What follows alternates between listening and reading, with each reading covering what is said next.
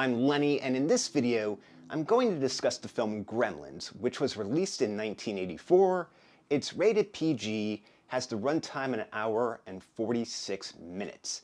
There is a lot of mega talent working behind the scenes on this film. It was produced by Steven Spielberg, the Steven Spielberg. It was directed by Joe Dante.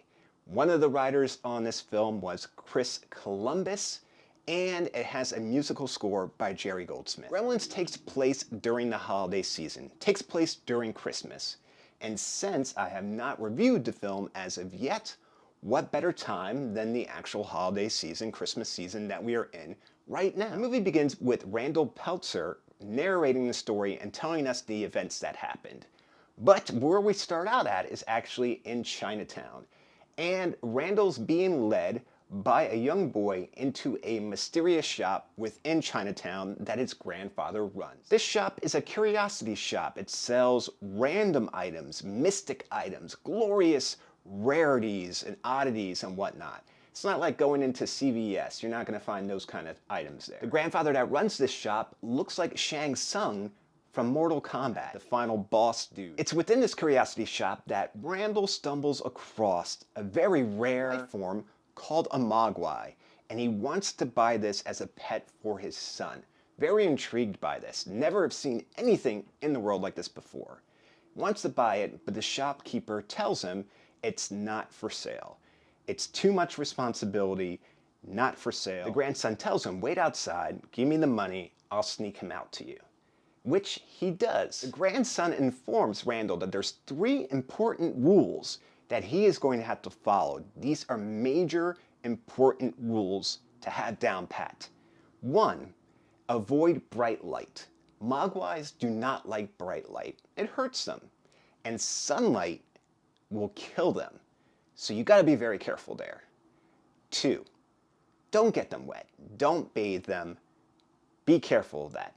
Rule number 3, and one of the most important ones, never, ever, ever feed the Mogwai after midnight. We are then introduced to the lovely little town of Kingston Falls. We meet Billy, and we see that Billy is about in his early to mid-20s, and he's actually helping his parents out.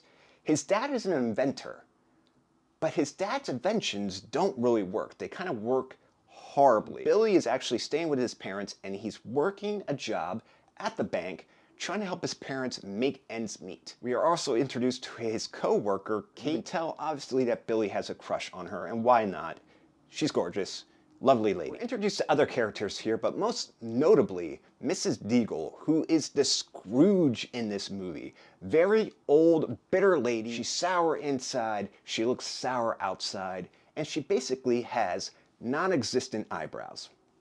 But Miss Deagle comes to the bank to let her intentions known. She goes up to Billy's window and she's looking for Billy's dog, which he does have at the bank with him, stashed underneath. She's hard up for his dog because she wants to kill his dog because the dog accidentally broke her snowman ornament. Billy's father, Randall, returns from his trip, and this is where he gifts Billy the Mogwai.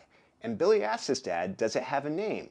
And his dad already decided to name him. Didn't even let his son name him, who the pet is for, but Randall, the father, named him and decided to name him Gizmo. Could be because the father is an inventor and he works with gadgets and gizmos, therefore he named the Mogwai Gizmo. It's actually not Billy that names him. After Billy's mother almost accidentally blinds Gizmo right off the bat, hasn't even been in the house for 5 minutes yet, this is where Billy's father remembers to inform him about the 3 very important rules, because we almost killed Gizmo. A day or 2 later, a young boy stops over the Peltzer house to drop off their Christmas tree. Billy's gonna show this young kid his fascinating new pet, and what happens right off the bat, Corey Feldman ruins everything by knocking a jar of water onto Gizmo, which causes a very unexpected reaction when 5 other Mogwai pop out of Gizmo. This new batch of Mogwai is led by one that has a mohawk, which they decide to name Stripe. And they have a different personality than Gizmo. They're more mischievous, they're more into mayhem and chaos, and they're a little more rowdy. Billy takes one of the new Mogwais to the high school for science teacher Mr. Hansen to run tests on so they can try to figure out what's up with the Mogwai. Billy leaves the Mogwai in Mr. Hansen's care without informing him any of the 3 rules. This might cause some problems. Back at home, our rowdy other Mogwais trick Billy into feeding them after midnight. They have actually chewed the cord on his alarm, making Billy think that there's about 20 to 15 minutes before midnight. So even in actuality, this is still cutting it very close. But the Mogwai are hungry. We got time. And Billy goes to the kitchen and he gets them some cold chicken, which they devour. Billy offers it to Gizmo, but Gizmo says no thank you. We find out the reason why you're not supposed to feed the Mogwai after midnight. They cocoon up, and inside this process of metamorphosis, they completely change.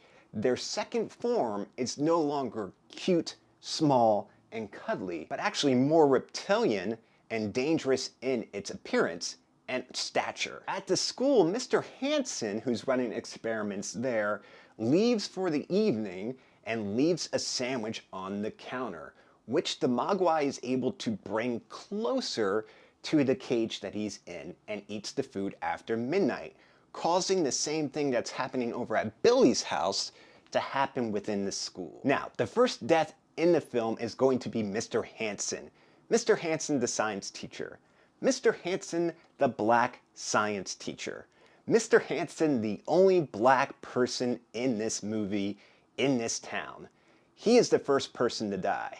This is an 80s film. This is the 80s MO of a minority person getting killed first. Check him off the list. We got that one. Let's continue with the film. Gremlins was the first movie that taught me that the song Do You Hear What I Hear by Johnny Mathis, the Christmas song, can be used in a very scary and frightening way, because Billy's mom is home by herself when the other cocoon or eggs have hatched. And they start the record player, and this song is on the record player as Billy's mom is being stalked by the Mogwais, which are now going to be called Gremlins. If these Gremlins thought that Billy's mom was going to be an easy target, an easy mark, they are sadly mistaken, because Billy's mom goes all Sarah Connor on their ass. She is hardcore. She takes 3 Gremlins out by herself, all with inventive measures. We're talking about microwaving one,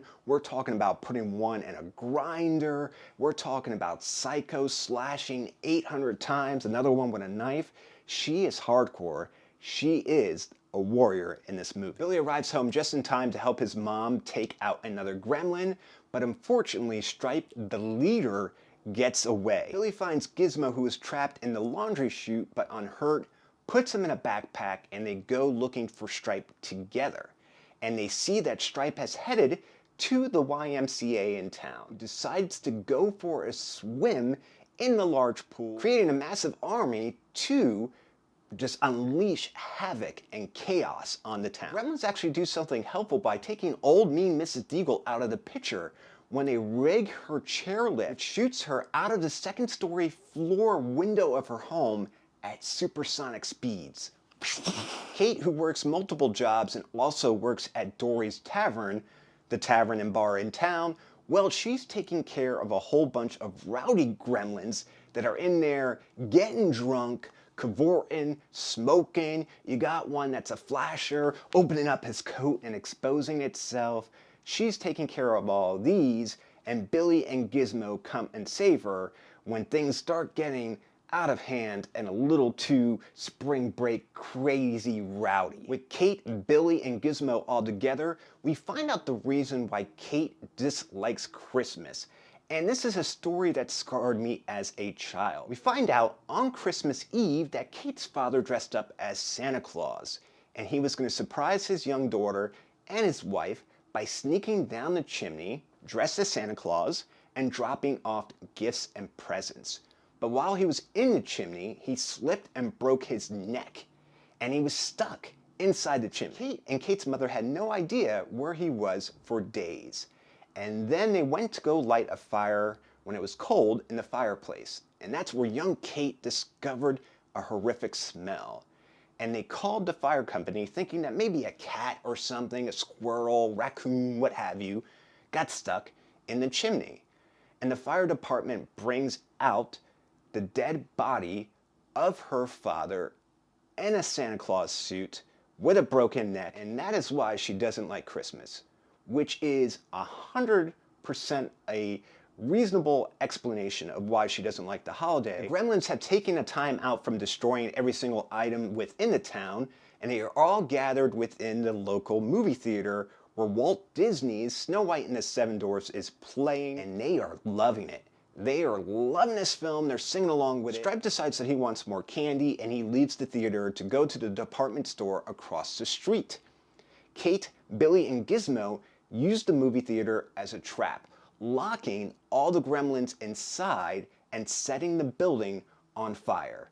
And this is an enjoyable family movie for young children and everyone to watch together. With the sun coming up very soon, the final battle is going to take place within the department store that Stripe went in to go get candy. Stripe, who is a crafty, smart one, has found a fountain within the garden and lawn department of the department store, and he is submerging himself in the water, going to create another army to completely destroy everybody in town. But our hero in this situation is Gizmo, who pulls the blinds open, letting in the pure sunlight. The sunlight hits Stripe's body, turning him into a gooey, slimy, skeletal, dead mess. With the town saved and the town's people and Billy and crew resting back at his home from their fight, from their war, from their injury, the shopkeeper has tracked down Gizmo. Kingston has made the news with the Gremlin attacks, and the shopkeeper has come back to take Gizmo away, telling Billy's father and Billy that they weren't ready for the responsibility. And this is what happens. This is why he must take the Mogwai, and Mogwais aren't for sale. But the old man gives Billy a little bit of hope that maybe, at some point, maybe you'll be ready to be with Gizmo again. And Gizmo tells Billy goodbye. Bye, bye, Billy. And we hope that they will be reunited someday. Gremlins is a great movie, highly recommend it if you haven't seen it. It takes place during the holiday season, so you can watch it right now. It's a comedy, it's a little bit of a horror film, thriller, suspense. It's a lot of great things wrapped up, tied up neatly in a single bow. Definitely give it a look. If you enjoyed this video and you think it's worthy of thumbs up, please feel free to do so. And if you want to see other videos just like this, all you have to do is hit the YouTube logo, which is going to be down in the corner, and you're going to get a notification anytime a new video is uploaded to the channel. As always, I want to say thank you so much for watching this video. Thank you for your time. Thank you for the opportunity to talk about these things that I'm passionate about, and I greatly appreciate that. Please be safe, be careful, and I'll talk to you soon.